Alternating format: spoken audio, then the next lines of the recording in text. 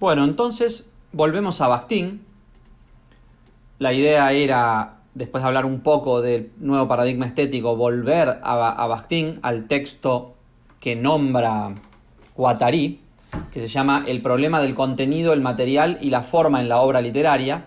Entonces vamos a hacer un pequeño resumen de los primeros capítulos de este texto, digamos, para que lo suficiente como para poder entender de qué está hablando Guattari, ¿no? Así que igual el tema es apasionante, así que les recomiendo que se queden hasta el final, porque de a poco van a me parece, si me están siguiendo en esta serie sobre Guattari, de a poco van a ir encontrando coincidencias entre lo que dice Guattari y este texto específico, ¿no?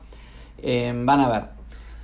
Lo primero entonces que vamos a hacer es hacer un mini resumen de la primera parte de este texto, que se llama El problema del contenido, el material y la forma en la creación literaria. Fíjense, la cuestión va por la creación literaria. Habíamos visto en el video anterior de esta misma serie el paradigma estético general, pero Bakhtin se ocupa principalmente de la literatura. Él es famoso por eso. Sin embargo, fíjense que el primer objetivo que se va a poner en este texto es la de crear sostener una concepción sistemática de lo estético. Es decir, él a las teorías de lo estético que vienen antes que él o que son inmediatamente anteriores, le hace los formalistas rusos, les critica una falta de concepción sistemática de lo estético. De hecho, este artículo es un artículo contra los formalistas rusos. Van a ver, sin embargo, que él apela por necesidad a lo estético, como que para poder entender la literatura tenemos que entender primero la estética en general y después la estética de la literatura. Pero en tanto que la literatura está de alguna manera determinada por la estética general, ¿no? Él nos dirá, la poética definida sistemáticamente debe ser la estética de la creación literaria. Tal definición subraya su dependencia de la estética general, ¿no? Las ciencias del arte valoran erróneamente, en la mayoría de los casos, la importancia de la materia, nos va a decir. Primero se enfoca con la cuestión de la materia. Y nos dice que el error consiste en cómo se enfocan, cómo se paran frente a la materia. Y dicen, hay una sobrevaloración, básicamente, ¿no? Dice, la importancia de la materia está valorada erróneamente, hay una sobrevaloración, y tal sobrevaloración del aspecto material está condicionada por algunas consideraciones de principio. Entonces se va a meter con esto, van a ver a dónde va. Esperen un poquito.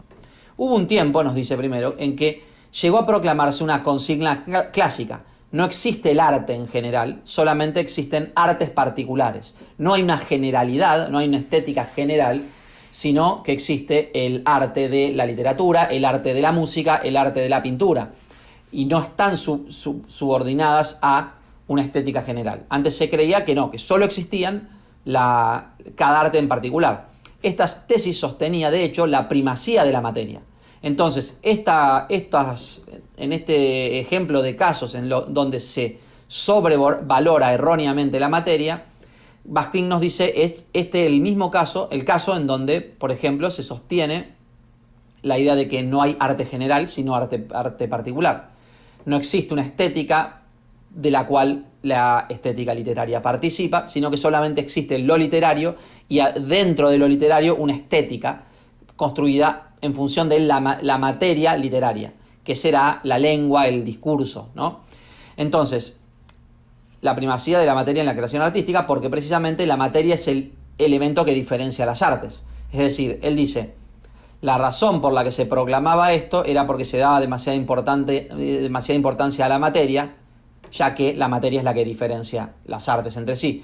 Y si esta pasa metodológicamente a primer plano, en la conciencia del artista las aísla, ¿no? Aísla el arte, un arte de otro. Yo soy un escritor, yo soy un cineasta, yo soy un músico, no me ocupo en los problemas, son problemas parecidos a los que se ocupa este otro, porque este otro trabaja la materialidad, por ejemplo, de la piedra, porque ahí va a extraer una figura, y yo utilizo la materialidad sonora, la materia sonora, para dar una forma que llamamos lo musical.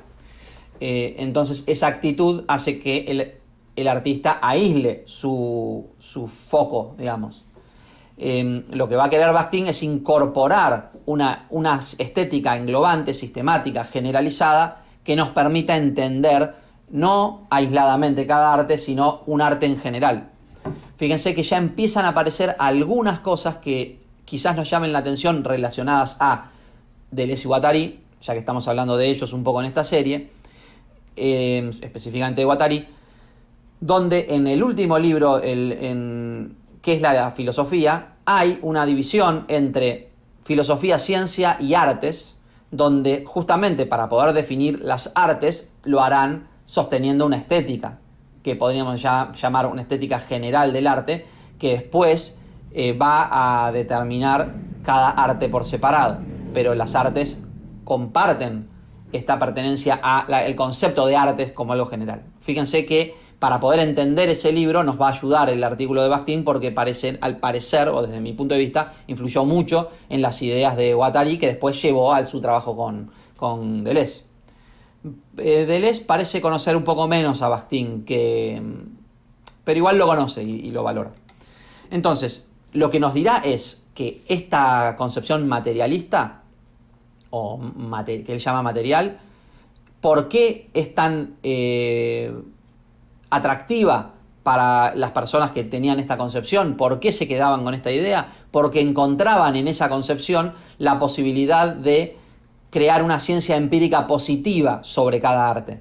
Es decir, hay un afán positivista que lleva a sobrevalorar la importancia de la materia. Y vamos a ver cómo funciona esto. Nos dirá, de esta manera nace en el campo de las ciencias de las artes la tendencia a entender la forma artística como forma de una materia dada. Es decir, la forma literaria es la forma dada por las letras, por la existencia del lenguaje, y eso determina el tipo de arte literario, y no una estética superior, ¿no? Entonces, la tendencia a entender la forma artística como forma de una materia dada, nada más que como una combinación que tiene lugar en los límites de la materia. O sea, hay una combinatoria donde se aprovecha esa materialidad específica, en su especificidad y regularidad impuestas por las ciencias naturales y la lingüística, ¿no? Entonces es como que la materia, y acá pone como la lingüística como emparentada a las ciencias naturales, como si describiera el campo de materialidad del lenguaje, aislado de otros campos. Esto es muy importante para el pensamiento de Deleuze y Guattari, que van a sacar o sea, fíjense cómo Bakhtin lo que está queriendo hacer es un análisis de materialismo histórico, un análisis marxista de Saussure, o una utilización de la lingüística saussuriana en el marxismo, en la primera etapa de Bakhtin, este es de los primeros escritos, y al mismo tiempo sentar una postura frente a una lingüística positivista, o que él percibe como positivista, que será la del formalismo ruso, la de los formalistas, que él explícitamente nombra en este artículo, ¿no? En este ensayo.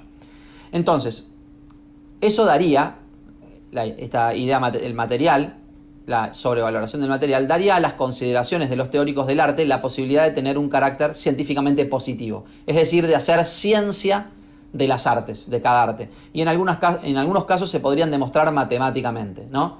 Podemos pensar en la música, ¿no? Como la materialidad de la música y cómo la música es mera matemática, donde hay algunos pensadores célebres que dicen cosas así, pero fíjense lo interesante de lo que va a agregar Bakhtin. O sea, no está mal, desde mi punto de vista, agrego esto, o no creo que Bakhtin en sí mismo esté criticando hacer ciencia de todo esto, sino la forma en que se hace ciencia. Es decir, no critica la ciencia, sino al cientificismo. Es una de las críticas, de las tantas críticas al cientificismo que se dan al principio del siglo XX. Entonces, fíjense que lo que él va a describir este tipo de estética como una estética material, y una cita que les pongo: la actividad estética está orientada hacia la materia y solo da forma a esta, ¿no? La estética material, nos dirá, deviene inaceptable. Es decir, este artículo es una crítica a estas formas, e incluso nociva, ahí donde en base a ella se intenta la comprensión y el estudio de la creación artística en su conjunto, con su especificidad y significación estética. Es decir, si queremos estudiar en serio la creación artística, no podemos caer en esta reducción material, reducción a la materia. Esa es la tesis que está poniendo Bakhtin. Para poder demostrar que por qué de bien inaceptable, nos va a establecer 5 críticas, y esas 5 críticas van a servir de base para su propia postura, ¿no? Para entender su propia postura. La primera que dice, lo primero que nos dice como crítica es que la estética material no es capaz de fundamentar la forma artística. Vamos a ver por qué. La obra de arte, entendida como materia organizada, ¿no? Como objeto, pensemos la Mona Lisa como objeto, solo puede tener sentido en tanto que excitante físico de estados fisiológicos y psíquicos, o debería dársele algún destino utilitario práctico. Es decir, la Mona Lisa solamente tiene sentido en tanto que es estimulante mirarla. ¿Se ven cómo es simplista esto? Es decir, está bien, la Mona Lisa, creo, es un caso famoso en donde la mayoría de las personas, o las personas no especializadas o no tan interesadas en Da Vinci o en la historia del arte, cuando ven la Mona Lisa, a la que tanta prensa se le hizo, terminan sintiéndose defraudados con la obra. No les produce aquello que les debe producir. En parte porque no se la puede mirar al detalle, y en parte porque para entender la importancia histórica de la Mona Lisa hay que entender justamente los detalles estéticos que la hacen valiosa, en un montón de sentidos. Lo mismo puede pasar con la música contemporánea. En la música contemporánea, el espectador medio, por llamarlo de alguna manera, no le va a gustar, porque no va a ser algo complaciente. Puede ser que haya gente que le guste la música noise, alguien que le guste Nine Inch Nails, por ejemplo, la música industrial, y que extraiga placer en algunos tipos de sonido, y que por analogía, si escucha una música de Stockhausen, le pueda gustar, ¿no? Porque de alguna manera están emparentados, por más que la composición haya sido de manera muy diferente. No notamos por ahí, si somos muy ingenuos, espectadores muy ingenuos, o audiencia muy ingenua, no notamos la diferencia formal o la importancia formal en una obra de arte. Pero lo que está diciendo es, no tiene sentido pensar así. No se puede fundamentar una forma artística sino solamente el atractivo a la vista. Es una forma muy trascendental de entenderlo. Es decir, ¿por qué la Mona Lisa es una buena obra? Porque complace a la vista. Sería una forma simplista de entender el clasicismo, quizás, ¿no? Bueno, lo que nos dice Bakhtin es lo que deja fuera, o sea, queda totalmente sin explicar la tensión emocional volitiva de la forma. Hay algo por un lado, no solamente que en este caso, donde, por ejemplo, una sinfonía de Beethoven, la razón por la que nos complace oír una sinfonía de Beethoven, tiene que ver con la forma especial en la que Beethoven construye una forma de tensión emocional.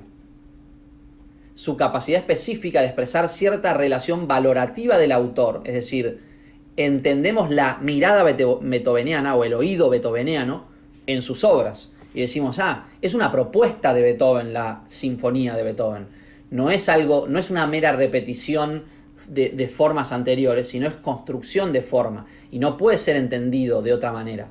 Y la forma es una forma especial de moldear la materia, pero esa forma es tan especial que adquirirá una dimensión que nos la permitirá comprender, una dimensión comprensible, aunque no en una esfera ideal. No existe la sinfonía ideal, sino que existe la forma que aplica a Beethoven y que se separa de la pura materialidad.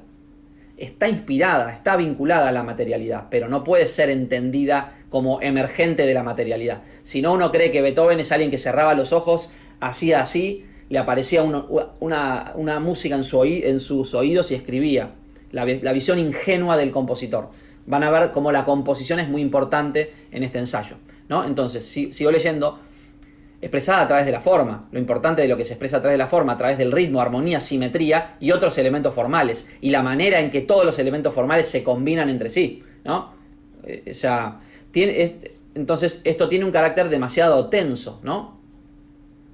La relación emocional expresada a través de la forma tiene un carácter demasiado tenso y demasiado activo para que tal relación pueda interpretarse como actitud frente a la materia.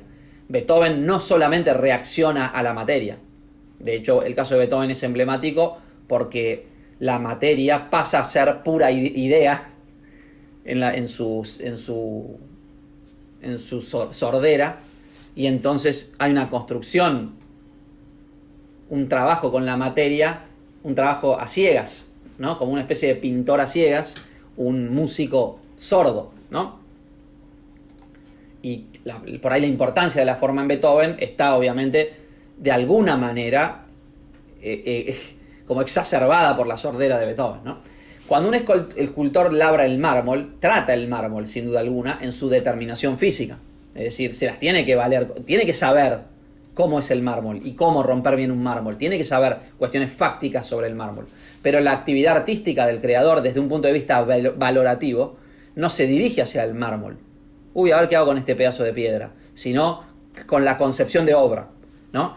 Ni se refiere a él la forma que el artista la realiza. La forma no es el mármol, está labrado en mármol, está vinculado por el mármol, pero no es el mármol en tanto que lo que quiere es el objeto en sí en el mármol, sino que hay una idea que lo lleva a construir la obra. Puede ser realizada sin el cincel, por eso mismo, que en ningún caso entra ya como elemento del objeto artístico, ¿no? El cincel, la herramienta, ya no es un pedazo de la obra. Sin embargo, está tan asociado a la obra como la materia misma, ¿no? El mármol, el cincel es tan importante como el mármol. Entonces, si entendemos la materia como lo único importante, estamos perdiéndonos la idea de que las herramientas son formas, se utilizan de una forma específica y el artista trabaja sobre la forma y dialoga con la forma, no solamente con la materia. Entonces, la forma escultural creada es una forma con la significación estética de hombre y su cuerpo, ¿no? Cuando hacemos la escultura de un hombre. La intención de la creación y de la contemplación va en esa dirección, pero la actitud del artista y del observador tiene frente al mármol, considerando la actitud que el artista y que el observador tiene frente al mármol, considerado como cuerpo físico concreto, un carácter secundario. O sea, tiene frente al mármol un carácter secundario la actitud del artista. Es secundario con respecto a la forma que está creando el artista, ¿no? Considerando el cuerpo como un cuerpo físico concreto, este mármol, un carácter secundario derivado, dirigido por una actitud, en cierto modo, primaria hacia los valores objetuales. Es decir, cómo se construye un brazo, cómo se construye una cara, cómo se construye una pose, cómo la pose genera un discurso, cómo se relaciona este personaje con este otro, ¿no? Cada vez en distintas escalas podemos entender la composición de una escultura como que excede mucho más que eso, ¿no? En el caso dado hacia el valor del cuerpo humano, del hombre, entonces dirigido por una actitud en cierto modo primaria hacia los valores objetuales, en el caso dado hacia el valor del cuerpo humano del hombre físico. Hay una relación con la forma del hombre físico que se traslada al mármol, pero que no es meramente el dar forma al mármol, sino que la forma en sí misma se tiene que investigar como una disciplina en sí misma casi, o incorporar a la estética. Las expresiones metafóricas habituales, la forma artística glorifica a alguien, adorna, transfigura, confirma a alguien o algo, etc., ¿no? Las expresiones metafóricas habituales contienen, sin embargo, una cierta dosis de verdad científica, precisamente en el sentido de que la forma, con significación estética, se refiere verdaderamente a algo, está orientada valorativamente a algo que se encuentra fuera de la materia a la cual está ligada, y además de una manera indisoluble. Es necesario, por lo dicho, tomar también en consideración el contenido, cosa que nos permitirá interpretar la forma de un modo más profundo que el hedonista simple. Fíjense entonces, esto puede ser complejo, pero es muy interesante lo que dice. Las expresiones metafísicas habituales son pasibles de estudio científico, básicamente es lo que está diciendo. O sea, cuando, por ejemplo, la forma artística glorifica a alguien, ¿no? Y le pone un laurel, ¿no? Un busto con un laurel. Esto es una forma de glorificación. Está diciendo el pueblo aclamó a esta persona, por ejemplo, ¿no? Como cuando se le pone a César el laurel. O el olivo, perdón. Bueno, debería googlearlo porque la confusión con el laurel seguramente tenga, fíjense, una confusión completamente inconsciente. Dije laurel en vez de olivo, pero bueno, habría que, a ver, lo voy a googlear porque ya que estamos, ¿por qué no?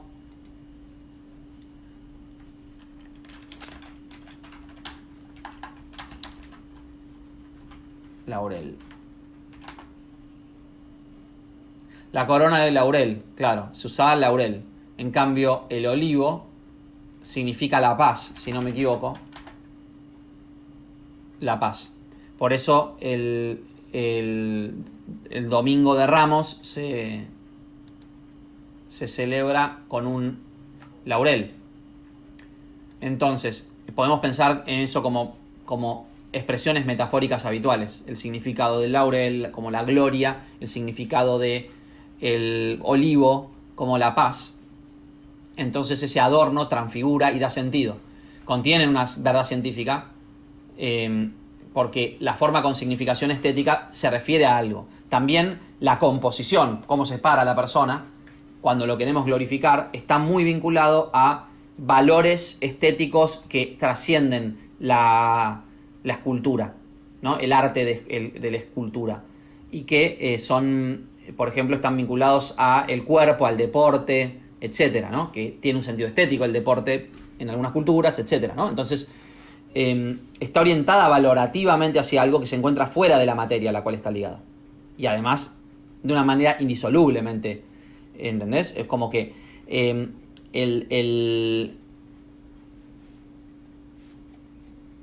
la forma está ligada indisolublemente a la materia, pero se refiere a otra cosa. Los valores se refieren a algo externo que hay que también entender.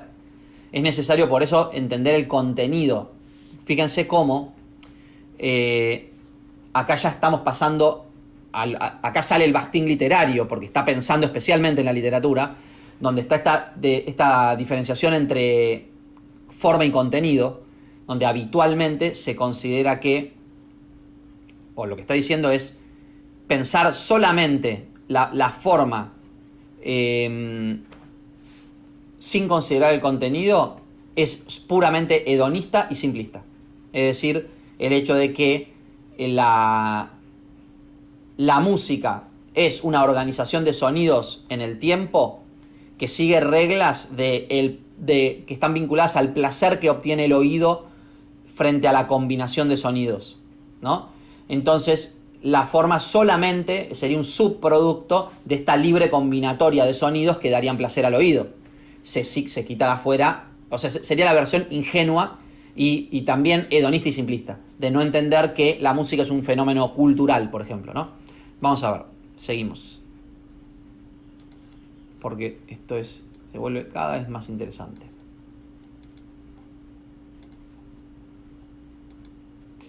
A la música le falta precisión objetual y diferenciación cognitiva, pero tiene un contenido profundo. Su forma no conduce más allá de las limitaciones de la sonoridad acústica, pero tampoco hacia el vacío valorativo, ¿no? Es decir, obviamente la música no puede ser considerada por fuera de, más allá del hecho de que es un fenómeno sonoro. Lo sonoro lo determina, el fenómeno sonoro determina la música, sería la determinación material, pero no conduce más allá, pero tampoco implica un vacío valorativo. Es decir, la forma no está vacía, no hay una valoración formal nula. Hay decisiones formales que se toman y el artista, el músico, está en diálogo con sus materiales, pero sobre todo con la literatura formal, lo que podríamos llamar tradición formal. Por ejemplo, Beethoven está en diálogo con la tradición formal que lo precedió. Es decir, está en diálogo con Mozart, básicamente. Él va y escucha los últimos conciertos de piano de Mozart y dice, yo no puedo hacer un concierto de piano de este nivel. Tengo que enfocarme en otra cosa, tengo que refinar algo que él no refinó o seguir trabajando sobre lugares que estén más abiertos. Eso por un lado, la tradición pianística en Beethoven es muchísimo más fuerte que en Mozart, porque Mozart fue criado con clavicordio y tuvo un piano recién a los 30 años y murió creo que a los 37 o algo así. O sea, Beethoven nació con el piano. Entonces la tradición ahí es la de la escuela del piano, que es muy nueva, pero entonces tendrá una influencia fuerte de, pongámosle, Clementi, y un uso del piano, Clementi y por ahí Haydn, no sé, y un uso del piano, pero también Mozart y de Bach, obviamente, porque al ser tan concentrado en el estudio musical de la música, en el estudio del instrumento, Bach siguió vivo, por más que había sido olvidado como artista, digamos, siguió vivo por sus manuales de teclado, y entonces es muy influyente con los que de esa época, por más que se dice que se lo había olvidado, pero bueno, obviamente tanto Mozart como Beethoven tuvieron una época de su vida en la que reconocieron el valor de Bach y se lo pusieron a investigar a fondo, pero entonces ahí había un diálogo, como en una época donde Beethoven ya había revolucionado la música, se concentra en Bach, entiende a Bach y empieza a dialogar con Bach. Deja de dialogar con su audiencia, me parece. Y de golpe, digo, es por eso simplista el análisis, pero lo que quiero decir es, hay una tradición dialógica, o sea, de diálogo de los artistas, y ese diálogo va de la mano obviamente hay una influencia material, por ejemplo, el hecho de que Beethoven sea pianista, entonces la materia con la que trata, el tipo de instrumento, lo influye en la materialidad, porque muchas de sus obras, sus primeras obras importantes son obras para piano, por ejemplo, no sé, pero el aspecto formal es el más importante. Entonces, aquí el contenido es en esencia ético, atención a esto, porque esto es importantísimo en Deleuze y Guattari. Se podía hablar también de una objetualidad libre no predeterminada de la tensión ética producida por la forma musical, ¿no? Es decir, no predeterminada. Esta tensión ética implica la innovación técnica. Por ejemplo, una muy sencilla, ya que hablamos de Beethoven, la sonata famosa Claro de Luna, que, o sea, esto es también un análisis muy simplista solo para que se entienda lo que quiere decir Bakhtin. Se puede profundizar mucho más lo que hace Beethoven, pero hay un gesto en la sonata Claro de Luna de Beethoven, en el que él decide empezar con un adagio, con una forma lenta, digamos, donde en general se empieza con un allegro, y utilizando para este movimiento algo como una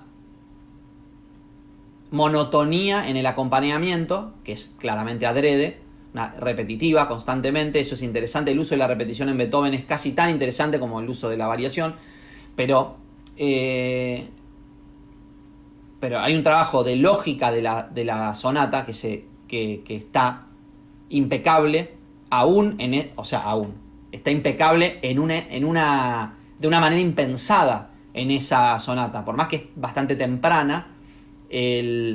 La forma en que organiza los dos motivos, bueno, no me puedo meter mucho en esto porque porque vamos a meternos más en música más adelante, y aparte tengo un canal en donde me dedico a hablar de cosas más técnicas de la música, pero digamos que Beethoven hace innovaciones éticas, innovaciones que tienen que ver con las costumbres y las fórmulas y las formas de hacer música de su época y en diálogo con otras épocas.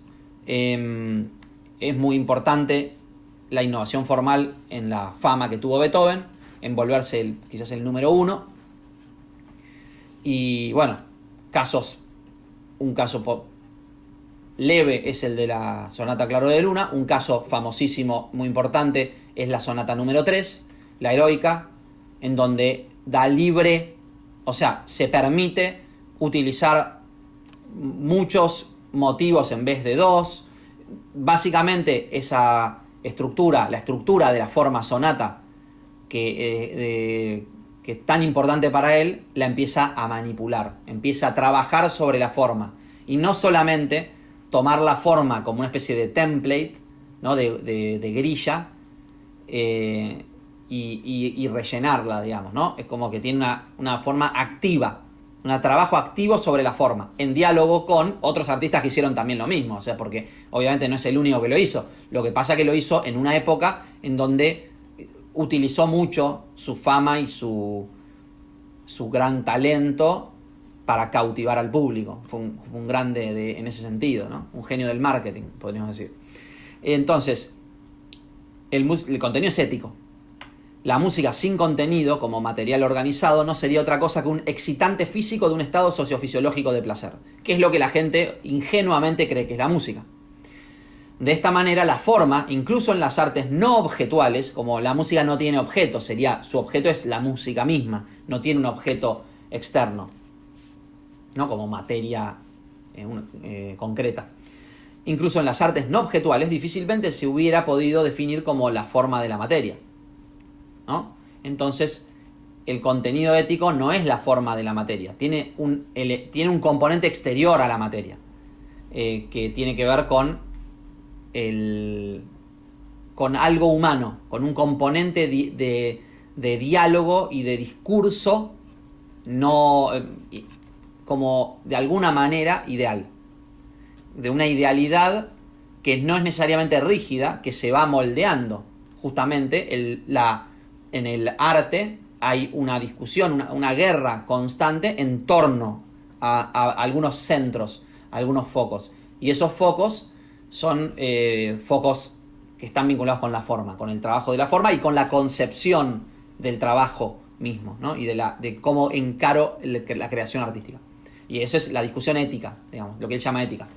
Ética en tanto a que se refiere a cuestiones de la acción y del cómo me oriento en relación a, ¿no? Como el conducta, tiene que ver con eso, ¿no? La estética material no puede... Pasamos entonces a la segunda crítica. La estética material no puede determinar la diferencia esencial entre el objeto estético y la obra externa, entre la división y las conexiones dentro de la obra, existiendo en todos los casos la tendencia a mezclar estos elementos.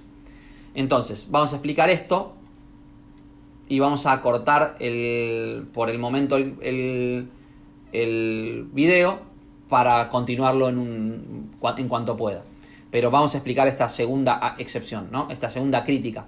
La estética material no puede determinar la diferencia esencial entre el objeto estético y la obra externa, entre la división y las conexiones dentro de la obra. Es decir, lo que está diciendo es, cuando, por ejemplo, Miguel Ángel piensa el David, no está pensando exclusivamente en el objeto concreto que tenemos en una galería en Florencia. Está pensando en una obra ideal, el David de Miguel Ángel, que nosotros podemos evocar sin necesidad de estar frente a ella, como esa obra, y que obviamente se vuelve cuerpo en el David concreto, pero que existe como obra en sí. Por eso podemos disfrutar y podemos entender cuestiones artísticas sin ver en directo la obra, más allá de que obviamente eso va a traer algunos problemas o va a traer diferencias entre los que estudian por imágenes y los que estudian con el objeto en sí, sobre todo en artes tridimensionales, cuando las imágenes son bidimensionales, etc.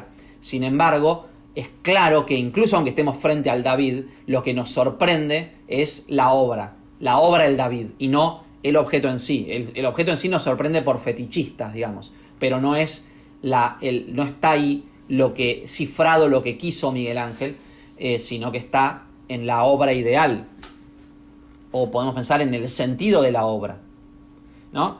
Entonces, por decirlo de alguna manera, la relación de tamaño entre David y nosotros, por ejemplo, podría disparar una serie de cuestionamientos sobre el sentido del David de Miguel Ángel, ¿no? Si alguna vez estuvieron en el David es alto, siendo que David se caracterizaba por ser bajo, y lo dejamos ahí, no sé, estoy improvisando, ¿no?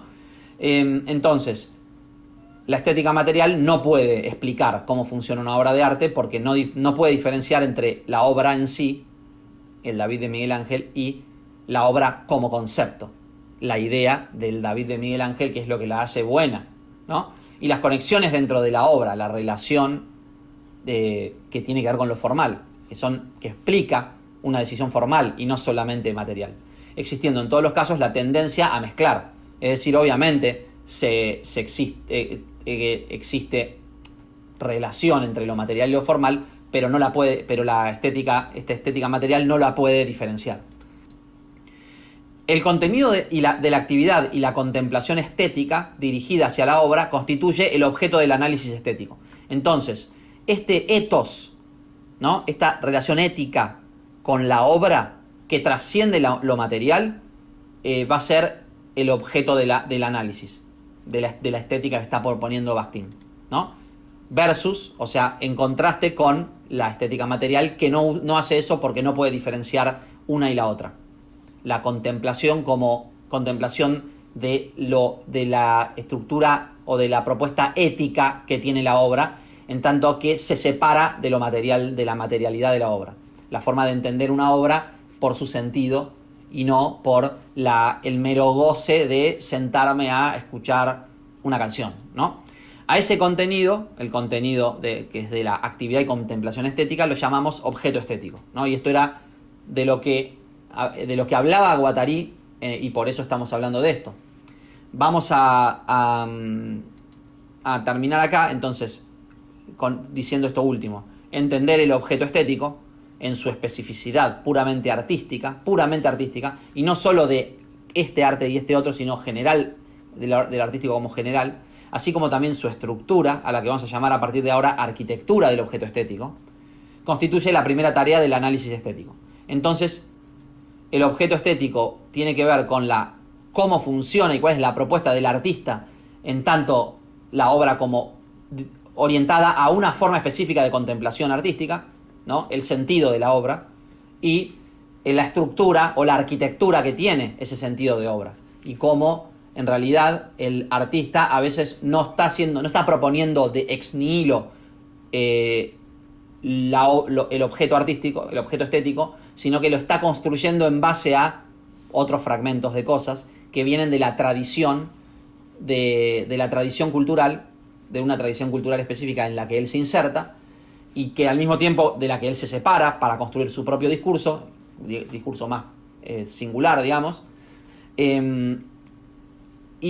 pero que va a estar en diálogo con lo que está en diálogo o lo que está en el medio, como ese tablero de juego en donde Bach y Beethoven se disputan cuestiones musicales, es lo arquitectónico de lo musical, ¿no? Entonces esta forma, en tanto que cuaja como estructuras específicas, que van a ser el eje de lo que se agarra y se discuta, lo que cada artista discute. Entonces podemos traer una nueva arquitectura sobre la mesa, inventar una arquitectura, agarrarla, modificarla, discutirla, sacarla del medio y poner otra cosa. Todo eso es una actitud ética frente al aspecto formal de la creación artística. Así que con eso los dejo por el momento para no quemarles la cabeza, aunque ya se las vengo quemando hace mucho, pero vamos a seguir con las otras tres críticas que tiene Bakhtin frente a la estética material en el siguiente video. Saludos y gracias.